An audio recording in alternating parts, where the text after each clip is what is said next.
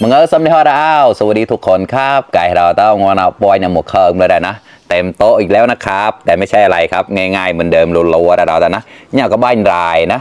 อันนี้หัวไชเท้าครับเอาไปดองนะแล้วก็มากินกับน้ำพริกปลานะเชียร์กับร็อกแก่เราแต่บ้านรายนะดองใกล้ๆแต่นะตีแม่อะไรเตะก้อนละนัวตีดองเลยหัวนะเนี่ยก็บอตาดนะลูกกระเจี๊ยบครับผักตำลึงเหมือนเดิมเลยครับอันนี้คืออะไรผักคะน้าอร่อยแซ่บๆนะผักคะน้าแต่ที่เนี่ยก็คะแนนแบบชุ่นกล้วยก็ฮดงเราแต่ฮดงนักเล่าละกลายเรานะมาสเปรโมตะเกิมคะแนนเฉยๆเลยนะตอนมันจะเฮียดิบจ่าไปมาเต็มมาหนาวเหรอแต่ปล่อยเนาะหนาวแบบบุปผาหนาวเชียร์ลูกอ่อนนะแต่ที่เนี่ยก็แกระบาดใส่หัวต่อยก็ได้นะหนุกแรกวิเชียร์ที่ปมาได้เลยนะผ่านเดอร์ไลน์เดอร์แชร์ก็มงมาต้อนนะไลฟ์เปลืองซัมฮอดกะตีตังเกินหนกๆแล้วนะฝากกดไลค์กดแชร์ด้วยนะครับเพื่อนๆมาครับมากินข้าวด้วยกันเลยครับมาเริ่มเลยครับน้ำพริกปลาอีกแล้วคลุกข้าวนะครับนะเจ้าทรแกนของเราแล้วนะพาวิเชียจอนแบจอนปวดจอนพาวินงคลุกข้าวเลยครับขยำข้าวนะเฉยมั้งค่ะต่ออย่าเราตักละเจ็บจำเป็นได้อีกแล้วละ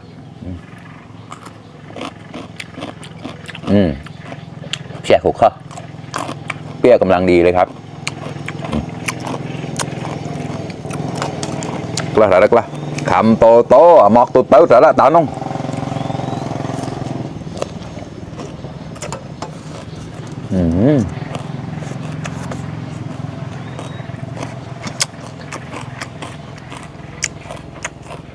ขอแล้วอร่อยมาก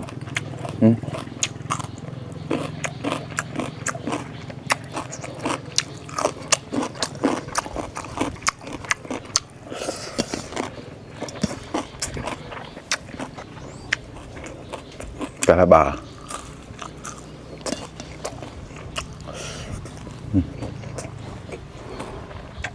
บาตาเล็กเล่าแล้วครับ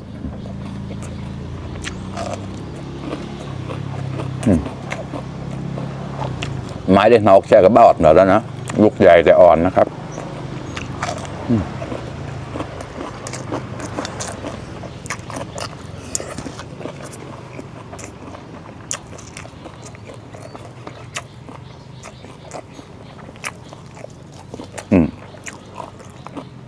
ตำเลิงแล้วน่าเราละจะตาบตอนมั้งทุบแสก็อะไรก็คำโตโตหมอกตุ๊ดเต้าตามน้องเราละ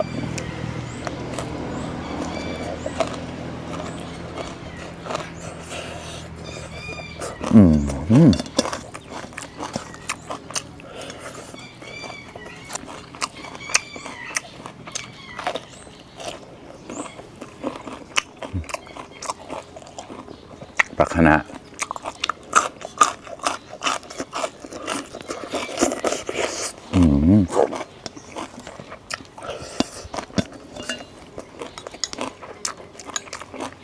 เยอะมาจามจ้ะ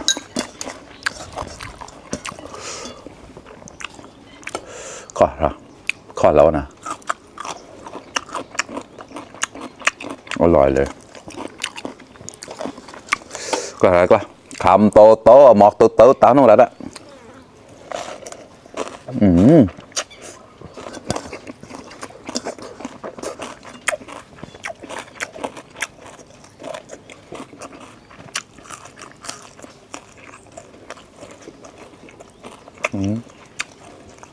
เนี่ย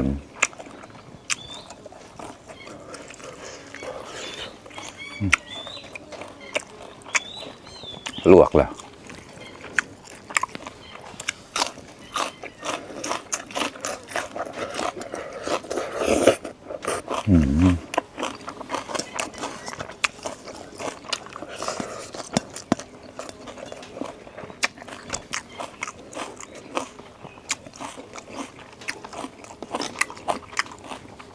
น้ำตำลึงน้ำเราแล้วผูมาค่ะนกค่ะ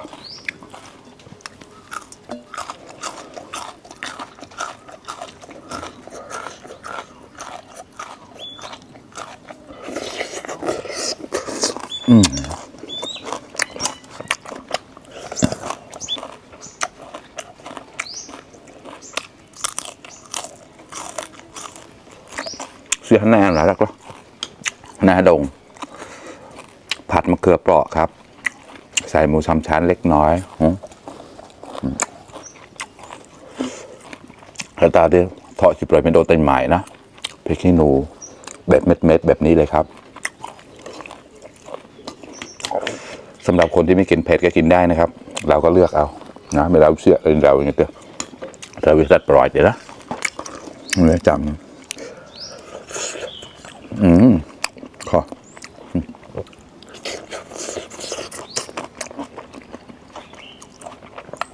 ผัดน้ำมันหอยใส่ขมิ้นนะครับ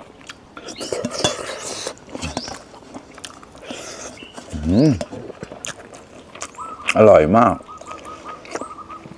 มะเขือมันมากเลยครับเกล็ดมากับพะโดงเลยเหรอ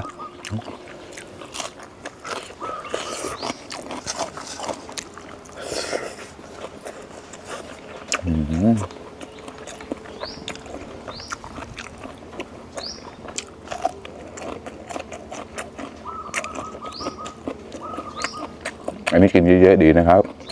เคลือบกระเพาะด้วยสำหรับใครที่เป็นโรคกระเพาะหรือว่ากระเพาะอักเสบนะใช่ไม่ได้ตำฮะแดดก็เปิงเอาแต่ทำนะสไลด์เขาเนี่ยเดี๋ยวก็กระเพาะไปแต่นะเชื่อเป็นกลางของ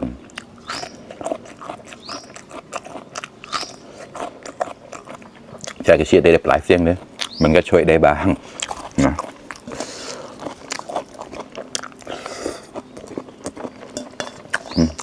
ขดงแล้วเล็ดมา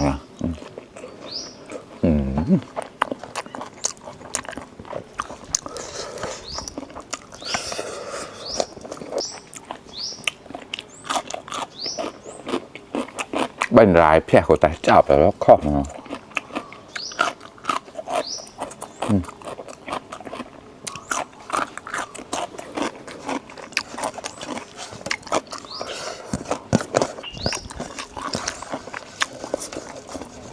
này hay đồn là rất là khẩm tô tô mọt tôi tớ ra đó tán không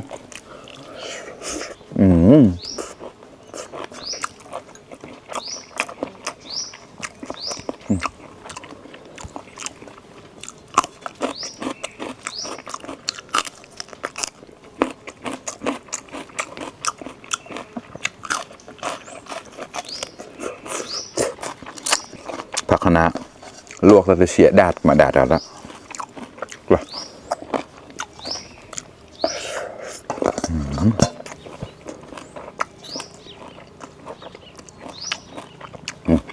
เพิ่งกลดไปละปลาได้ละเจ้าตัวปลาเมย์อร่อยของเราก็เพียงดำฮานาดงฮามาอะไรยังก็ปลาลอยแปลงแล้วเจ้าเพิ่งกลดนี่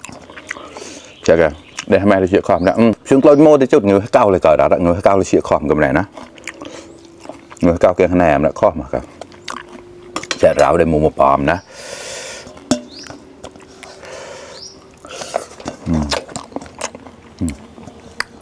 โด่งต่อเลยแกđã đắt khó mà cả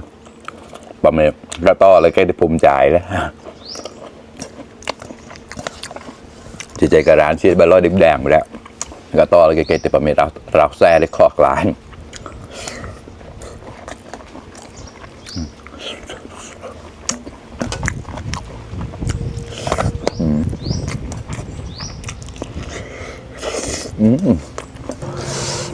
กลายแล้วก็ขามโตโตมอกตัวเติร์ดออยอย่างนั้นปองสลัง